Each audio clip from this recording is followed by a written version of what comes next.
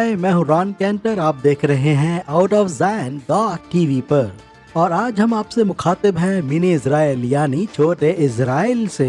अगर आप एक ही दिन में पूरे इजराइल का दर्शन करना चाहते हैं तो ये वो जगह है जो इजराइल के बीचों बीच लैट्रून के नाम से बहुत प्रसिद्ध है। यहाँ आपको सब मिलेगा, जैसे ये किंग डेविड होटल जो कि 1920 में बनाया गया। ये इजराइल का आलिशान होटल है। मैं आपको बताना चाहूंगा कि मैं कभी भी इस होटल के अंदर रह नहीं पाया हूँ। हाँ, एक दो बार मैंने वहाँ नाश्ता जरूर किया है। अब इस होटल में अधिकतर प्रभावशाली लोग ही रह पाते हैं, जैसे कि ठीक अभी डोनाल्ड ट्रंप वहाँ ठहरे हुए हैं। कुछ महीने पहले जॉर्ज बुश यहाँ थे, कॉन्डोलीजा राइस यहाँ ठहरी थी, राष्ट्रपति ओबामा ठहरे थे। यहाँ तक कि यहाँ पर आपको विंस्टन चर्चिल, अल्बर्ट आइंस्टाइन और गांधी जी के हस्ताक्षर भी मिलेंगे। अनेक प्रभावशाली लोग अपनी इजराइल की यात्रा के दौरान किंग डेविड होटल में ठहर चुके हैं। इजराइल की स्वतंत्रता के पीछे इस होटल की अहम भूमिका रही है। सुनिए, पहले विश्व युद्ध के बाद ब्रिटेन को इस क्षेत्र का नियंत्रण दिया गया। ब्रिटेन के आदेश के अनुसार इसे फिलिस्तीन को दिया गया। फिर इस क्षेत्र के 80% फिलिस्तीन को जॉर्डन का नाम दिया गया और 20% फिलिस्तीन पर वो राज्य करते रहे। इसी क्षेत्र को आज आधुनिक इजराइल कहा जाता है। फिर सन 1946 में इसी होटल का एक छोटा सा हिस्सा उस समय ब्रिटिश मिलिट्री हेडक्वार्टर्स के रूप में इस्तेमाल होता था। तब यहूदी स्वतंत्रता सेनानी जो उस समय अपनी आजादी के लिए अंग्रेजों से लड़ रहे थे, एक योजना के तहत अपनी आजादी की लड़ाई लड़ते हुए किसी तरह इसकी रसोई में घुस गए।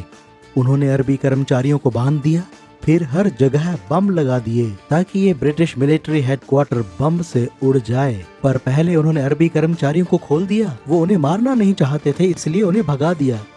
इसके बाद उन्होंने होटल के टेलीफोन ऑपरेटर से बात की और धमकी दी कि 20 मिनट के अंदर ये पूरी जगह तहस नहस हो जाएगी, जल्दी से तमाम लोग वहाँ से बाहर निकल जाएं। पर जब कमांडर को इस बात की जानकारी मिली, उसे इनकी बात पर भरोसा नहीं हुआ और फोन रख दिया।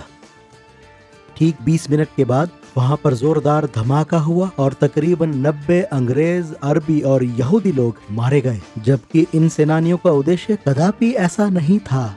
खैर, इस बड़ी त्रासदी के बाद एक अच्छी बात जरूर हुआ ये कि ब्रिटेन में अंग्रेज नागरिकों ने ये कहना शुरू कर दिया कि आखिर उनकी सेना का यहूदियों के बीच में क्या काम। उन्होंने संयुक्त राष्ट्र से गुहार लगाई और कहा कि आप इसकी देख रेख करें, और फिर अंग्रेज यहाँ से चले गए। 29 नवंबर 1947 में संयुक्त राष्ट्र ने घोषणा की कि इजराइल एक स्वतंत्र देश हो सकता है। और देखिए, अब कुछ सालों के बाद मैं आज यहाँ से स्वतंत्र आपसे मुखातिब हूँ। इस तरह इजराइल का पुनर्जन्म हुआ।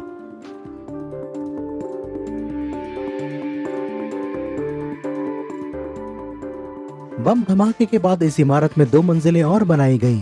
वो देखिए, बिल्कुल मध्य में राष्ट्रपति सार्कोजी हैं, उनके साथ उनकी पत्नी भी हैं जो उनसे थोड़ी लंबी दिखती हैं। आपकी जानकारी के लिए 401 नंबर कमरा प्रेसिडेंशियल स्वीट है, जैसा कि मुझे एक टूर गाइड ने अभी बताया। उनके बगल में ही श्रीमती और श्रीमान बुश हैं। मुझे नहीं मालूम उन्हें प्रेसिडेंशियल स्वीट क्यों नहीं मिला, पर ये है ऐतिहासिक बहुत ही अद्भुत किंग डेविड होटल।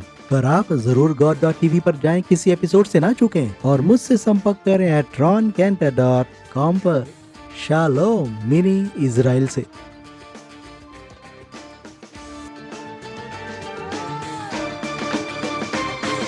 रॉन को ट्विटर और फेसबुक पर फॉलो करें @RonSCantor पर। रॉन और उनकी सेवकाई या God.tv या आउट ऑफ ज़ायन कार्यक्रम के बारे में और जानकारी के लिए या इन कार्यक्रमों को दोबारा देखने के लिए God.tv/Zayin पर जाएं।